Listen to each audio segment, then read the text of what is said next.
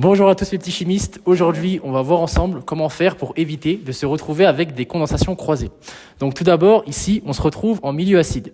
Là, on a un carbonyle qui n'est pas énolysable. Et donc c'est la première stratégie pour essayer d'orienter la réaction.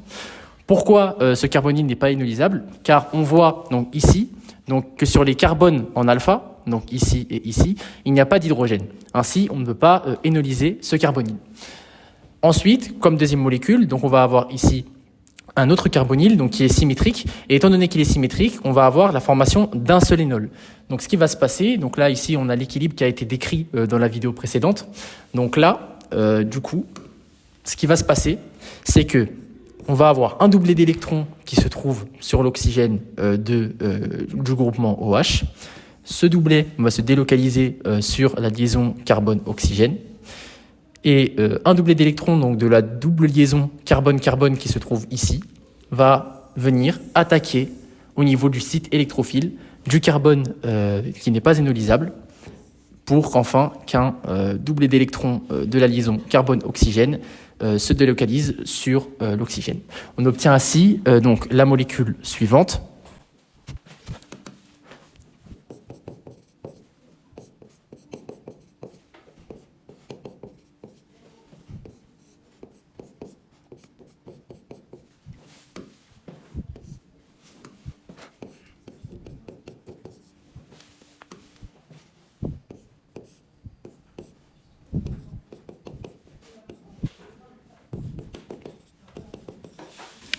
Ok, donc du coup là, sur cette molécule, on a un oxygène donc, qui est chargé positivement et cet oxygène donc, est chargé négativement et il va y avoir donc, un équilibre tautomérique afin que la molécule soit neutre.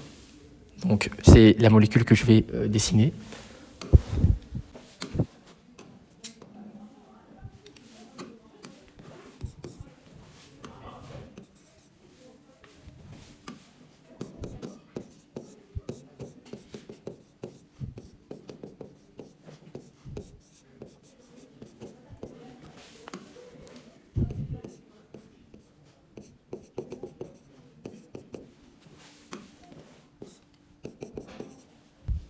Et voilà, et le tour est joué, et on se retrouve avec cette unique molécule qui est formée.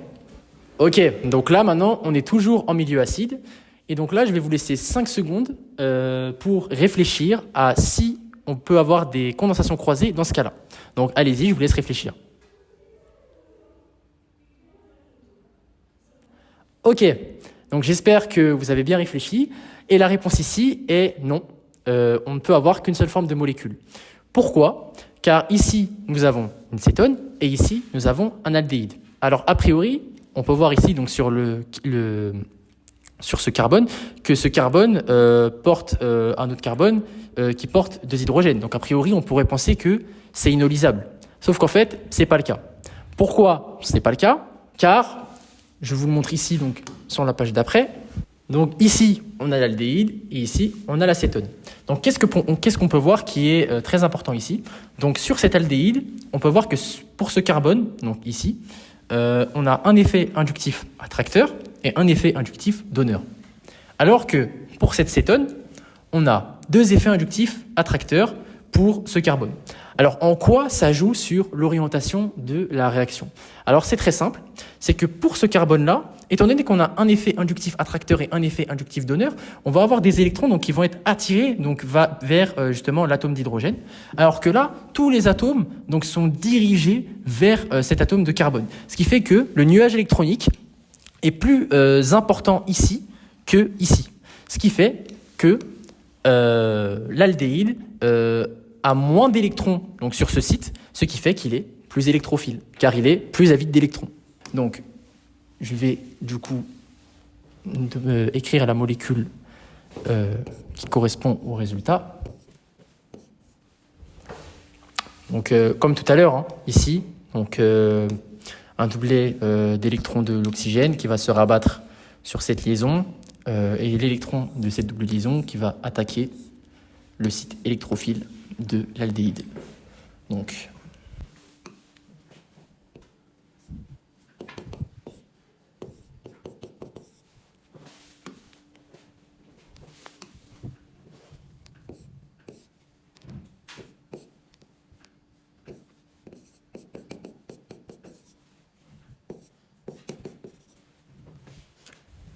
Donc voilà, on se retrouve avec cette molécule et on a toujours notre tautomérie.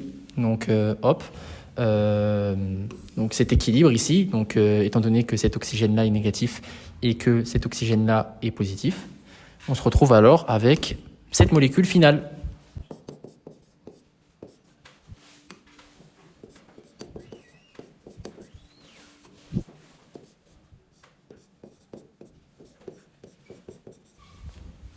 Et voilà, le tour est joué. Ok, donc maintenant on est en milieu basique. On va s'intéresser à la réaction phare de la L3-CIAS, une des réactions phares qui est la réaction de crotonisation. Alors la première étape de cette réaction, donc ça va être du coup la formation de l'énolate, comme on l'a évoqué donc, dans la vidéo précédente. Donc ici on va avoir une base, vu qu'on est en milieu basique. Cette base va donc attraper l'hydrogène avec la délocalisation de l'électron ici, puis le doublet d'électrons qui va se rabattre sur l'oxygène, et on a ici l'énolate. Donc pour plus de détails, vous pouvez revenir donc à la vidéo précédente sur la formation de l'énolate. Et donc maintenant la deuxième étape, donc ici ça va être très intéressant. Pourquoi? Donc tout d'abord, on va avoir donc le doublet ici qui va toujours se rabattre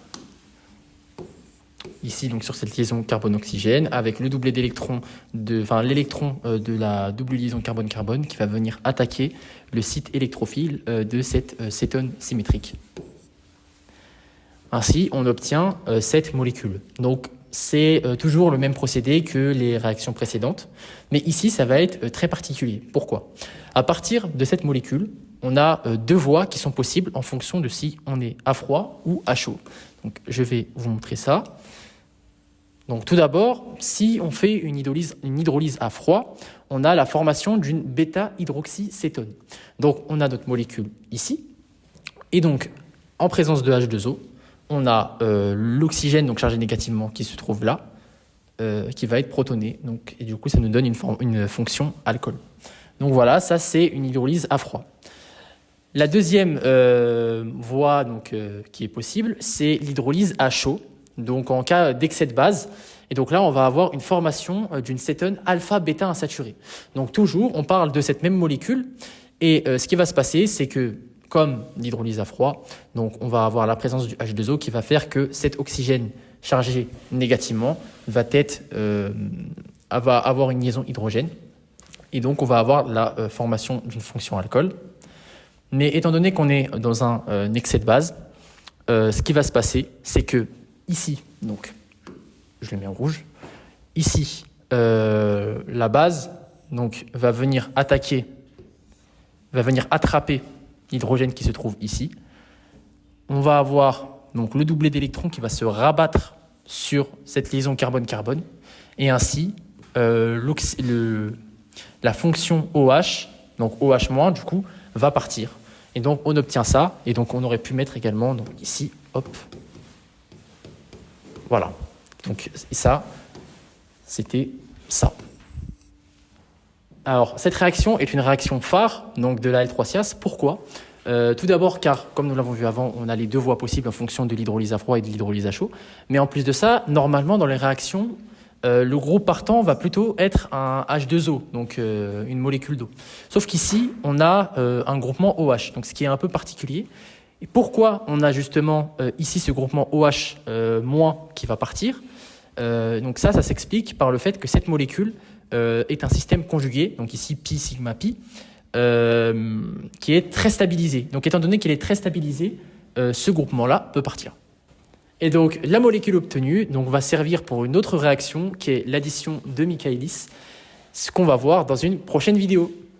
Allez, à plus!